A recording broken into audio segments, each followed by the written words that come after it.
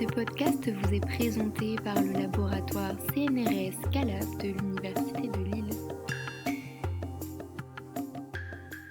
Bonjour, bienvenue dans ce nouvel épisode du Scalaboscope, le podcast de l'Université de Lille et du CNRS. Aujourd'hui, on a le plaisir d'accueillir Gérald Delélis. Bonjour Gérald. Bonjour. Aujourd'hui, tu vas un petit peu nous parler de ta spécialité, la psychologie sociale. Pour commencer ce podcast, je vais te laisser un petit peu t'introduire et présenter ton parcours. Ok. Déjà, merci de m'avoir sollicité pour cet épisode. Donc, je suis Gérald Delélis, maître de conférence en psychologie sociale. Et pour ce qui est du parcours, donc j'ai fait mes études ici à l'université de Lille, I3 à l'époque. Et puis, déjà avant d'arriver en études de psychologie, j'avais lu des ouvrages du domaine et notamment la psychologie sociale avait attiré mon attention, plus que la psychologie clinique, ce qui est un peu différente de beaucoup d'étudiants. Et puis, j'ai eu la chance d'avoir des cours d'un enseignant qui était un orateur assez exceptionnel. Et je me suis simplement dit, et ça figure même dans mon accroche de thèse, un jour je serai à sa place. Et voilà, j'y suis. Je ne suis pas professeur, je suis maître de conf, mais j'y suis. Et quel était le nom de cet enseignant ? Alors, c'était Jean-Pierre Di Giacomo, qui est devenu mon directeur de thèse par la suite, parce que je suis allé le chercher encore et encore. Et vraiment, la discipline en elle-même m'a fasciné sur la quantité d'explications qu'elle peut fournir sur la vraie vie, sur les interactions sociales, que ce soit sur le versant favorable ou sur des situations qui sont problématiques, délétères. C'est ça. Alors, on a aussi retrouvé le nom de ton titre de thèse, donc qui s'intitulait « Émotions et interactions sociales, l'affiliation et l'isolement comme mode de régulation personnelle et sociale ». Donc une thèse que tu as conduite pendant 4 ans, que tu as soutenue en 2002, c'est bien ça ? C'est bien ça. Donc, juste pour la petite histoire, mon directeur de thèse est décédé en cours de route, donc ça a pris un petit peu plus de temps. C'est ça. Et pour une autre anecdote, dans ton jury de thèse figurait Leyens, qui est un auteur reconnu dans ta discipline, dans la psychologie sociale. Tout à fait. mais alors quand même, il n'était pas seul. Il y avait aussi Eva Droza, Sankoska, Nico Freitag, un grand théoricien des émotions, et puis Marc Otteket, qui avait repris la direction de la thèse, et Véronique Christophe, pour le côté psychologie sociale. Ouais, ça faisait du beau monde. C'est ça. Et dans la foulée de ta thèse, tu as été qualifié donc maître de conférence à l'Université de Lille dans un poste de psychologie sociale. C'est bien ça ? Relations internes. C'est ça. Donc j'ai eu la chance d'être qualifié de suite. Et cette année-là, il y avait deux postes en psychologie sociale et voilà, j'ai été classé premier. Et je l'ai pris. Super. Et actuellement, donc, tu es dans l'équipe DIP du laboratoire Scalab. Tout à fait. Sur ces notions d'interaction. Alors justement, on va continuer sur cette ébauche, sur ce qu'est la psychologie sociale. Est-ce que tu pourrais la définir, le champ de la discipline, en quelques mots ? Alors la psychologie sociale, c'est l'étude de l'influence qu'on exerce les uns sur les autres au quotidien, aussi bien qu'en situation plus exceptionnelle. Et donc pour moi c'est la psychologie de la vie de tous les jours et de monsieur et madame tout le monde. Okay. Donc vraiment le potentiel, l'intérêt il est énorme parce qu'on est vraiment sur de larges populations et puis des interactions vraies de la part de vrais individus, encore une fois dans des situations de la vie de tous les jours. C'est ça. Étant donné qu'on est des êtres sociaux, on est toujours en train d'interagir, donc voilà, le cadre d'application du champ. On a toujours une casquette qui montre notre appartenance sociale, et puis on est toujours en train de communiquer parce qu'on est des êtres sociaux et socialisés aussi pour le faire, donc voilà, pour intégrer des règles de fonctionnement, pour répondre, pour s'ajuster à l'environnement, on a ce besoin de voir ce que font les autres et puis de s'ajuster. Donc c'est vraiment ce qui t'a fasciné dans la discipline. Et au cours de ta carrière, est-ce que tu pourrais citer quelques mots-clés, quelques thématiques de recherche que tu as pu aborder ? Tu me parlais du sentiment de solitude tout à l'heure en off. Est-ce que tu peux revenir sur ces différentes thématiques de recherche ? Oui. Alors, en fait, pour continuer un peu sur l'aspect découverte de la psychologie sociale et autres, pour la petite histoire, l'équipe de recherche que j'ai intégrée quand j'ai commencé le doctorat s'appelait Interaction sociale et émotion, ce qu'on retrouve dans mon titre de thèse. Et c'est vraiment quelque chose qui m'a motivé et qui, en gros, sert encore de fil conducteur aujourd'hui pour mes recherches. C'est-à-dire qu'on a là le versant, on vient de le dire, on est des êtres sociaux et on interagit avec les autres et parfois c'est bien, c'est une bonne chose, c'est favorable, c'est aidant, c'est soutenant. Parfois ça l'est pas. Parfois ces interactions sont extrêmement limitées parce qu'on est isolé ou on se sent isolé, on se sent seul.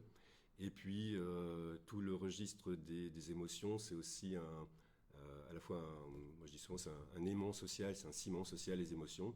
Et l'idée avec la psychologie sociale, c'est que à la fois nos relations sociales génèrent des émotions qui elles-mêmes vont engendrer des comportements, des attitudes, etc. Et puis le fait de ressentir des émotions ou de ne pas les ressentir justement nous amène aussi à moduler la forme de nos interactions sociales. On va plus ou moins approcher autrui, le faire sur un mode qui est anxieux ou qui est un peu plus sécure. Tout à fait, donc ça me permet de faire le lien parfait avec l'une de tes thématiques de recherche actuelle, c'est-à-dire l'anxiété et l'anxiété sociale. Ouais. Est-ce que tu peux revenir sur la définition? Alors l'anxiété, on la connaît un peu mieux dans le langage courant, mais l'anxiété sociale, est-ce que tu peux la définir? Alors l'anxiété sociale, c'est une forme particulière d'anxiété. On est sur quelque chose qui est plus spécifique et en fait ça engage vraiment le regard d'autrui, la relation avec autrui. Donc autant je peux être anxieux par rapport à des événements, autant pour l'anxiété sociale, c'est j'anticipe le regard d'autrui, éventuellement je l'anticipe comme étant critique, aversif, et nécessairement dans mon comportement, encore une fois, si je m'attends à recevoir des critiques ou à être rejeté par autrui, je pourrais avoir cette tendance à ne pas rechercher le contact de cet autrui ou de manquer d'assertivité, par exemple quand je suis en situation d'interaction. Donc on est là sur vraiment, pour moi, de la psychologie sociale. C'est un trouble qui est internalisé, mais qui pour moi est plutôt intermédiaire. Et ça fait finalement suite à des choses travaillées dans la thèse, dans la mesure où j'étais déjà sur les comportements d'approche et d'évitement social. Et là, on est sur une manifestation qui elle-même peut avoir des conséquences émotionnelles et relationnelles. Et en ce qui concerne la dynamique de la prévalence sur l'anxiété sociale, quelle est la grande tendance? Est-ce que c'est en train de diminuer, augmenter? Bonne question, et en fait, merci de me le reposer. Quand on regarde les chiffres officiels aujourd'hui, on lit même que la solitude et l'anxiété sont devenus des problématiques de santé publique, c'est-à-dire que, notamment depuis Covid, les niveaux d'anxiété ont clairement augmenté, tels que mesurés avec les outils qu'on utilise d'habitude. Et puis les niveaux de solitude également ont flambé. De plus en plus de gens, et pas que des seniors ou des ados, se déclarent être seuls, faire l'expérience de la solitude et assez probablement développent des problématiques de santé mentale qui sont associées à anxiété, dépression et puis tout le versant social aussi. Ce qui est assez fascinant, c'est qu'aujourd'hui, donc, il y a une prévalence de l'anxiété sociale, mais on est dans un monde de plus en plus hyper connecté avec les réseaux sociaux. Alors, est-ce que la psychologie sociale a quelques arguments, quelques explications sur l'augmentation de l'anxiété sociale, alors que les relations interindividuelles sont en tout cas artificiellement de plus en plus importantes? Alors, c'est pas forcément une question que je travaille. Je suis pas suffisamment connecté, mais en fait, le problème avec la surconnexion, si je peux utiliser ce terme-là, c'est que ça reste très artificiel. Et alors, ça n'est pas parce qu'on a beaucoup d'amis Facebook ou autres qu'on a de vraies interactions. Deux, on passe peut-être trop de temps sur les réseaux sociaux et pas assez sur les vrais réseaux des gens autour de nous. Et puis, il y a le problème, y compris pour le développement de certaines attitudes ou le développement des théories du complot ou autres. On a des spécialistes aussi chez nous. La surexposition à ces réseaux sociaux, médias sociaux, amène aussi à des critères peut-être problématiques pour se définir. C'est-à-dire qu'on se définit par le regard des autres, mais ces autres, on ne les connaît pas et généralement les choses exhibées sur les réseaux sociaux, finalement, il y a beaucoup déjà de critiques et de pression sociale exercée pour avoir une bonne image corporelle, par exemple, ou qui est quelqu'un de bien ou de pas bien. Et finalement, c'est même susceptible de générer des problématiques de santé, y compris somatique, ou le développement de problématiques conduite alimentaire, par exemple, ou d'anxiété, ou de dépression, ou tout ça. Alors pour resserrer un petit peu sur tes thématiques de recherche, sur l'anxiété sociale, tu te focalises sur les ressources. Est-ce que tu peux nous le définir et expliquer en quoi ça consiste ? Oui, alors en fait, ce que j'appelle ressources, ce sont les déterminants sociaux et émotionnels qui gouvernent nos comportements, nos interactions, que ce soit au sens très large ou pour certaines de mes études, la relation conjugale. Et ce sont des aspects qui guident donc nos comportements, nos attitudes, et pour lesquels, pas moi parce que je suis enseignant-chercheur, mais des collègues sur le terrain sont capables de générer du renforcement des ateliers. Si je prends par exemple un facteur qui est un peu classique et qui est vraiment individuel, l'estime de soi, assez clairement on montre que le niveau d'estime de soi a une incidence sur, y compris des problématiques de santé mentale, et assez clairement renforcer le niveau d'estime de soi, c'est quelque chose qu'on sait faire. Sur le versant émotionnel, on a pas mal de choses autour de la régulation émotionnelle ou des difficultés de régulation, ou encore les compétences émotionnelles. Et là aussi, un lien est montré avec la santé mentale, avec la santé sociale aussi, la qualité des interactions ou pas. Et ce sont des choses qu'on sait renforcer. Donc c'est vraiment pour ça que je parle de ressources, parce que c'est aller chercher des facteurs, moi en tant que chercheur, mais avec cette idée de si ce facteur est effectivement une ressource favorable pour l'individu, alors à un moment, avec un ruissellement sur le terrain, il y a possibilité de mettre en place quelque chose qui relèvera de l'accompagnement, voire de la thérapie en tant que telle. Il y a aussi un autre critère de ressources que tu m'avais évoqué que je trouvais intéressant, c'est le critère de la motivation, aller rechercher parfois des moments seuls pour se ressourcer. Est-ce que tu peux développer un petit peu cette idée ? Oui.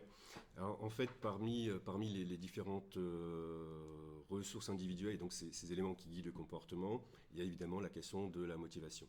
Si on est sur l'aspect solitude, en fait, la littérature montre que la solitude a des effets sur la santé somatique, mentale et sociale des personnes, mais en fait, tout dépend de la motivation qu'il y a derrière. Et quand on regarde cet aspect-là, il y a une motivation qui est effectivement extrinsèque, c'est-à-dire les gens sont seuls, mais ce n'est pas un choix. C'est-à-dire que ces personnes ont peur du regard d'autrui, ne l'envisagent que comme étant aversives, critiques, ou elles se sentent rejetées par autrui, ou même elles sont effectivement rejetées par autrui. Et là, il y a des conséquences négatives pour la santé. De l'autre côté, une motivation plus intrinsèque, autodéterminée, finalement, je suis seul, mais j'y prends plaisir parce que je peux être créatif, je peux me ressourcer, je cherche des items de la mesure, je peux prendre du temps pour moi en vrai, je peux me détendre réellement en étant moi-même. Là, il n'y a pas de conséquences négatives. Et donc l'idée, c'est d'explorer ça en parallèle et de faire du lien avec des problématiques de santé. Et notamment la collègue américaine qui est à l'origine de ce travail a publié un article sur la mise en œuvre d'un atelier de renforcement de la motivation intrinsèque en population étudiante.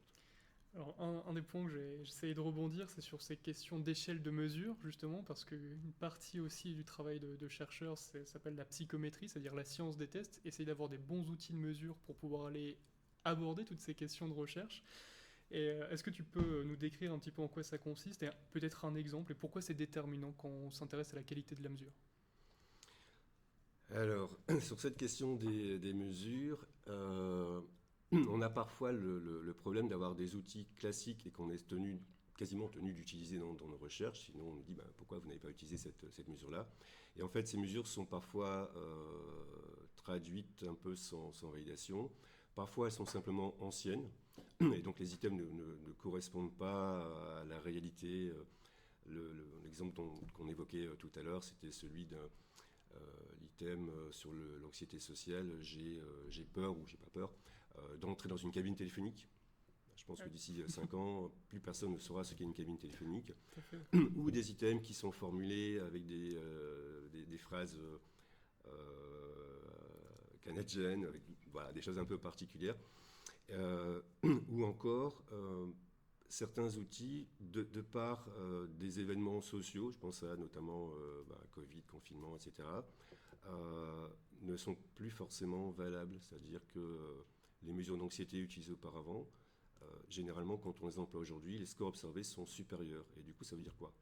Est-ce que vraiment il y a plus d'anxiété qu'auparavant chez les gens, en tout venant, ou est-ce que l'outil ne mesure plus bien ce qu'il était censé mesurer? Tout à fait. Voilà. C'est un peu ton dada. Donc, voilà. C'est ça. Et puis, non, je pense vraiment que c'est important de valider des mesures parce qu'on s'en sert dans nos recherches. Il y a plein d'outils qui existent en langue anglaise. Le problème, c'est que sans validation, est-ce que c'est recevable? Est-ce qu'un item qui marche très bien, qui sature dans la bonne dimension pour une population américaine, finalement, est-ce que cet item il est aussi utile dans la mesure pour une population française? Et donc, effectivement, j'ai passé un peu de temps, notamment deux de mes dernières publications sont des versions françaises, parce que je lis beaucoup, je suis intéressé, je trouve une mesure, je l'utilise, mais à un moment, si je veux en faire quelque chose, je dois dire, voilà, on a quelque chose qui est validé par les pairs, on peut s'en servir. Et finalement, l'un des outils de mesure que tu utilises dans tes recherches, c'est le questionnaire. Oui. Alors pourquoi utiliser le questionnaire? Qu'est-ce qui t'intéresse et pourquoi c'est un bon outil pour tes recherches? Alors les mesures auto-rapportées sont parfois, souvent critiquées. Maintenant, moi je suis psychologue social, et même si je sais que ça n'est pas du tout un reflet de la réalité vraie, entre guillemets, le meilleur moyen de savoir pourquoi les gens font ce qu'ils font ou ne font pas ce qu'on attend d'eux, c'est de leur poser la question. On sait qu'on est dans la représentation, la reconstruction, mais assez clairement, les gens c'est nous, hein. Qu'est-ce que nous faisons? Nous faisons ce que nous avons l'habitude de faire, nous faisons ce que les gens autour de nous font, d'accord? Et puis nous expliquons, nous rationalisons nos comportements après coup, c'est-à-dire pourquoi je l'ai fait? Je l'ai fait pour telle raison, et ça devient vrai pour les personnes. Et donc pour moi, une bonne idée, même si on sait que ce n'est pas une certitude, c'est de demander aux gens pourquoi vous faites ça, ou pourquoi vous ressentez ça, ou qu'est-ce que vous ressentez là maintenant, ou dans telle situation. Et ce qui nourrit donc tes recherches. Ouais. Peut-être un petit peu pour conclure, est-ce que tu as un message à adresser comme ouverture pour ce podcast? Il y a une chose qui est très importante pour moi, c'est la double casquette d'enseignant-chercheur. Je pense que les étudiants, alors déjà ils contribuent à nos recherches en étant sujets ou participants, en réalisant aussi des passations. Et puis il y a aussi deux aspects, c'est-à-dire qu'ils nous amènent de nouvelles questions, préoccupations. Dire si je travaille sur la solitude ou la qualité des relations sociales ou de l'assertivité ou autre, c'est aussi pour qu'à un moment ça serve à quelque chose, même si je ne suis pas clinicien. Et puis un jour, ces étudiants, pour une partie, deviendront des professionnels, et s'ils ont des pistes d'outils ou de mise en œuvre, c'est eux qui vont les appliquer réellement sur les gens qui en ont besoin. Donc il y a vraiment cette interaction qui est extrêmement importante, et honnêtement, je ne me verrais pas du tout juste chercheur. Ok. Et justement, pour la future génération qui nous écoute et qui aimerait te contacter, où est-ce qu'on peut retrouver tes travaux de recherche et te contacter? Alors le plus simple, c'est de consulter ma page professionnelle sur le site du laboratoire Scalab. Elle est mise à jour. Très bien, ok. Je te remercie pour cet entretien, Merci c'était à toi. vraiment super intéressant. Merci à vous. À bientôt. À bientôt, au plaisir.